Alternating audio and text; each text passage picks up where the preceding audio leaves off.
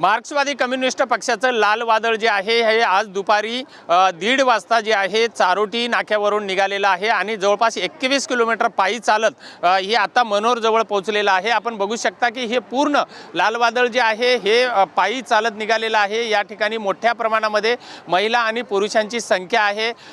पूर्ण आज रात्रीचे जवळपास आता 7 वाजलेले आहेत आणि सर्व जे आहेत या मोर्चामध्ये सहभागी झालेले आहेत। माझ्यासोबत विनोद निकोले आहेत। सर काय सांगणार की जवळपास 21 किलोमीटर आपण चालत आलात? चारोटीवरून हा निघालेला पायी मार्च आत्तापर्यंत 27 किलोमीटरचं अंतर आम्ही कापलेलं आहे। आता 3 किलोमीटर राहिलेलं आहे। 3 किलोमीटरवर आमची तिथे सर्व वस्ती होणार आहे। आम्ही रात्री आज त्या ठिकाणी मुक्काम करणार आहोत। उद्या सकाळी 10:30 वाजता हाच पायी मोर्चा पालघरच्या दिशेने कलेक्टर कार्यालयाकडे आगेकूच करणार आहे। सर किती वाजता सकाळी उद्या निघणार आहेत आणि पालघर जिल्हाधिकारी कार्यालयावर किती वाजता पोहोचतात? आम्ही 10:30 ते 11च्या दरम्यान निघू। संध्याकाळी 6 ते 7च्या दरम्यान आम्ही पुन्हा पालघरच्या जिल्हाधिकारी कार्यालयावर पोहोचू। आपण दुपारपासून या ठिकाणावरून पायी चालत निघालेले आहे। सरकारच्या प्रतिनिधीकडून किंवा सरकारकडून आपल्याला काही फोन वगैरे आलेला आहे का किंवा चर्चेचं निमंत्रण आलेलं आहे का? पायी मोर्चाचं नियोजन केल्यानंतर 2 दिवसापूर्वी आम्हाला जिल्हाधिकारी कार्यालयाकडून फोन करण्यात आला होता की आपण चर्चेला या, परंतु आम्ही त्यावेळेस म्हणजे त्यांना नाकारलं की आम्ही म्हणजे अगोदर चर्चा करणार नाही। आमचा पायी मोर्चा ज्या दिवशी आपल्या कार्यालयावर जिल्हाधिकारी कार्यालयावर पोहोचेल त्या दिवशी शिष्टमंडळाबरोबर आम्ही चर्चा करू। सरकारकडून काही निमंत्रण आले का आपल्याला? नाही, अजून तरी सरकारकडून काही निमंत्रण आलेलं नाही आहे। मग आता पुढची दिशा कशी असेल तुमची? पुढची दिशा आता आम्ही कलेक्टर कार्यालयावर पोहोचल्यानंतर तिथलं प्रशासन आमच्या ज्या काही मागण्या आहेत त्या मागण्या कितपत सोडवतं किंवा कितपत पूर्ण करतं त्याच्यावर हे मोर्चाचं आयोजन अवलंबून आहे।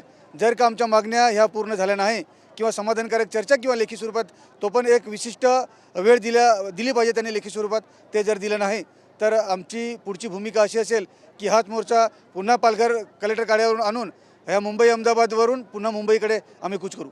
निश्चितच आपण बघितलेलं आहे की हा जो मोर्चा आहे सध्या तरी जवळपास 27 किलोमीटरपर्यंत पायी चालत आलेला आहे। अद्यापही सरकारकडून यांची कुठलीही मागणी घेतलेली नाही आहे आणि जर या ठिकाणी जर बघितला तर आपण मोर्चेकरी जे आहेत हे या ठिकाणी पूर्ण संतप्त आहेत आणि संध्याकाळच्या वेळेला जवळपास रात्रीचे 7 वाजलेले आहेत। या ठिकाणी काही महिला माझ्यासोबत आहेत।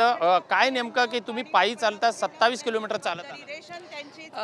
आमच्या काही मागण्या आहेत, म्हणजे सगळ्यात महत्त्वाचं म्हणजे आपले जे वाढवण बंदर आहे आणि हे विनाशकारी आहे आणि या वाढवण बंदराचा वेळोवेळी विरोध होत आलेला आहे, परंतु सरकारला काही जाग येत नाही आणि त्याच्यासाठी ती प्रथम मागणी आहे। दुसरी मागणी आमची अशी आहे की जे काही आता नवीन स्मार्ट मीटरचं सरकारने काढलेलं आहे। आता तुम्ही चालत येत आहेत पण अद्यापही तुम्हाला सरकारकडून कुठलंही निमंत्रण आलेलं नाहीये। पुढची दिशा कशी असेल? महिलांची संख्या मोठ्या प्रमाणात आहे। आमची पुढची दिशा आहे की आम्ही उद्या कलेक्टर ऑफिसच्या कार्यालयामध्ये पोचणार आणि तिकडे आम्ही पोचल्यानंतर 21ला आम्ही थांबणार आहोत आणि पुढे जर आमचं काही त्यांनी आम्हाला आमच्याशी व्यवस्थित चर्चा केली नाही तर पुढे आम्ही मुंबईची वाट पण धरणार असं आमच्या नियोजनामध्ये आहे आणि आम्ही तिथून थांबणार नाही आहोत।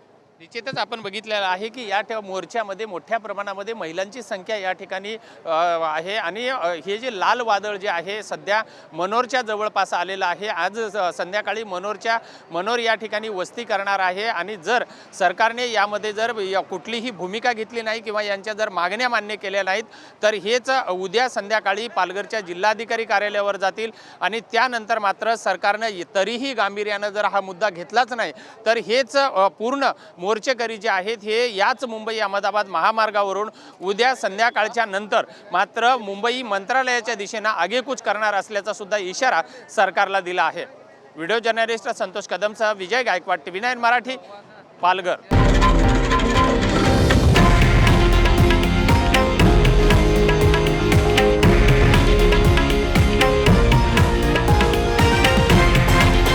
हे आहे देशातील नंबर 1 न्यूज नेटवर्क आणि आपण पाहत आहात TV9 मराठी, एकमेव।